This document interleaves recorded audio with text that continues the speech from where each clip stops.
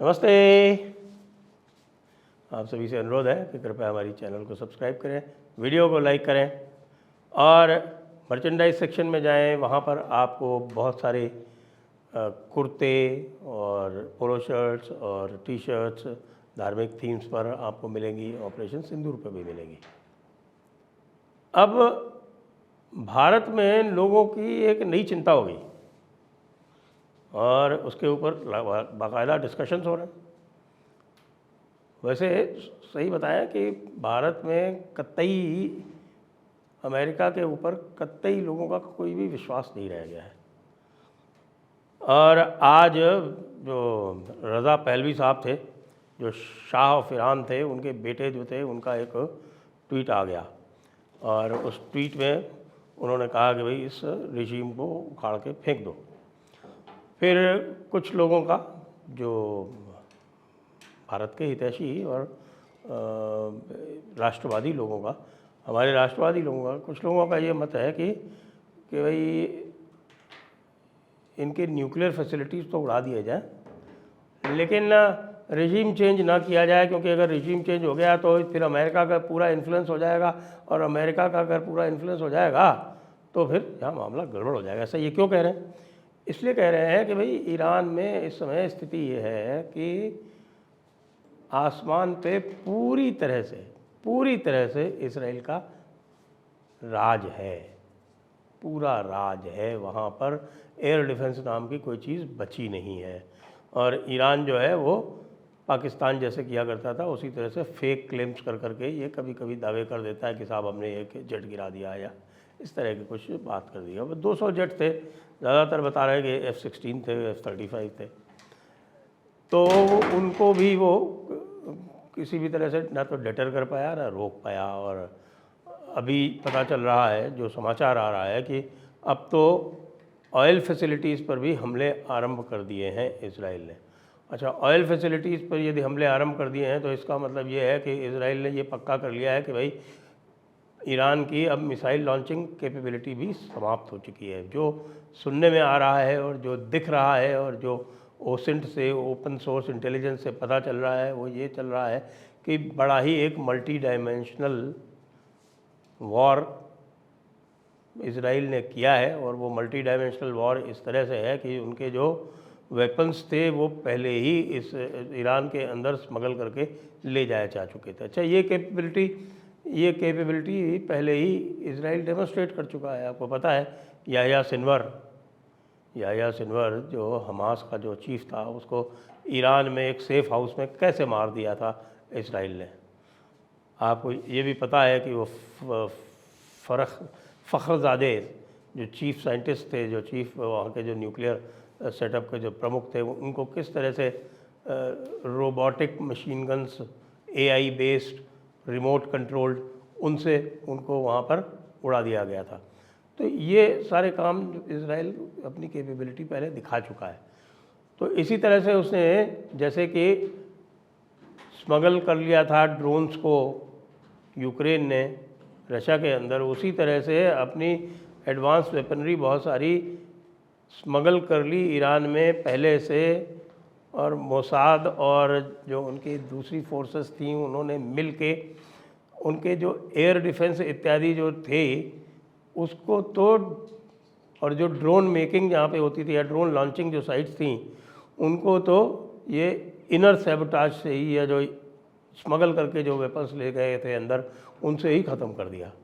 और जो बड़ी जो न्यूक्लियर साइट्स थी, अभी पता चल रहा है कि ताबरीज़ जो एक न्यूक्लियर रिसर्च सेंटर है जहाँ पर इनका कोई रिएक्टर है, उसके ऊपर पूरी तरह से हमला हो रखा है। और ताबरीज़ में जगह जगह आप देखें कि वहाँ पर धुएं के बादल उठ रहे हैं, लगातार हिट्स हो रहे हैं। इसी तरह से कौम, जो इनका एक बड़ा ही नंबर 1 जिसको हम बोलते हैं, जो रिलीजियस स्पिरिचुअल सेंटर है, वहाँ पर भी इसराइल लगातार हमले कर रहा है। और खर्ग आइलैंड जो एक बड़ा ऑयल टर्मिनल है, और खर्ग आइलैंड ऐसा एक ऑयल टर्मिनल है जहाँ जब मैं मरीन इंजीनियर था, जहाज़ पे सेल कर रहा था, तो मैं स्वयं खर्ग आइलैंड गया हूँ। उस समय ईरान इराक़ का वॉर भी चल रहा था, तब हमारा टैंकर वहाँ खर्ग आइलैंड से तेल लेके और भारत के लिए आया था। तो खर्ग आइलैंड में 2 बार गया, तो इसलिए खर्ग आइलैंड में जानता हूँ कि कितना इम्पोर्टेंट टर्मिनल है वो ईरान के लिए। तो अगर ऑयल टर्मिनल पे हो गए हैं हमले और उसके एवज़ में ईरान कुछ नहीं कर पा रहा है, तो इसका मतलब कि ईरान की जो बैटल कैपेसिटी है, वॉर कैपेसिटी तो छोड़ ही दीजिए, जो बैटल कैपेसिटी है वो समाप्त हो चुकी है। और यदि बैटल कैपेसिटी समाप्त हो चुकी है और इजराइल जैसा कह रहा है कि वो तो अभी कम से कम 2 हफ्ते उसको लगेंगे पूरा इनका सफाया करने में, और इस 2 हफ्ते में ईरान के पास कोई ऐसा चारा नहीं दिख रहा कि वो इसराइल को रोक पाएगा, क्योंकि अब उसके पास जो उसके सहयोगी हुआ करते थे हमास और हिजबुल्लाह जैसे, वो भी नहीं है। हिजबुल्लाह ने तो बल्कि स्टेटमेंट जारी कर दिया कि वो इस झगड़े से अलग है। तो इसराइल ने, मैं ये कहूँगा कि अपनी जो कॉम्प्रहेंसिव नेशनल पावर थी उसका बहुत अच्छा एक प्रयोग करके एक बहुत अच्छा यहाँ पर उदाहरण प्रस्तुत किया है। तो अब ये बात हो रही है कि क्या ये जो सुप्रीम काउंसिल है, जो ये मुल्लों की जो जमात है, जो मुल्लों का राज है ईरान में, ये समाप्त हो सकता है? क्योंकि ये सभी को पता है कि मुल्लों का राज वहाँ की जनता नहीं पसंद करती है, और आज भी यदि कोई फ्री इलेक्शन हो जाए जिसमें मुल्लों को इलेक्शन में खड़ा कर दिया जाए तो मुल्ले जो हैं वो बुरी तरह से हार जाएंगे।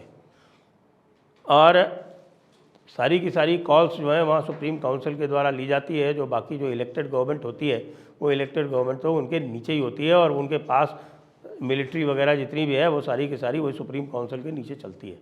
तो ये जो सरकार होती है ये खाली अकाउंटेबिलिटी के लिए होती है, इसके पास कोई पावर होती नहीं, कम से कम मिलिट्री पावर तो बिल्कुल नहीं होती। पुलिसिंग पावर ज़रूर इसके पास होती है। तो आपने देखा होगा कि पूरे किस्से में पेजेंशियान जो उनके प्राइम मिनिस्टर हैं उनका कहीं नाम ही नहीं आ रहा, कहीं नाम ही नहीं आ रहा। तो अब जो चर्चा हो रही है कि क्या रिजीम चेंज हो जाएगा, और यदि रिजीम चेंज हो जाएगा तो क्या वो भारत के लिए उपयुक्त है? अभी हम नहीं कह सकते, लेकिन हाँ, यदि सुप्रीम काउंसिल के 2-4 सदस्य उसी तरह से असैसिनेट हो जाते हैं जिस तरह से उनके मोहम्मद बागेरी जो उनके चीफ ऑफ आर्मी स्टाफ थे, या हसन सलामी जो कि चीफ ऑफ IRGC यानी ईरानियन रेवोल्यूशनरी गार्ड के जो चीफ थे, उनका खात्मा हो गया, 20 टॉप मिलिट्री कमांडर्स का खात्मा हो गया। इसी तरह से अगर सुप्रीम काउंसिल के 2-4 टॉप जो लीडर्स हैं उनका अगर खात्मा हो जाए तो ये कदापि संभव है कि पेजेंशियाँ स्वयं ये डिक्लेयर कर दे कि भाई अब सुप्रीम काउंसिल नहीं रही है, वो स्वयं सारी की सारी जो अथॉरिटी है वो एक्सरसाइज करेगा।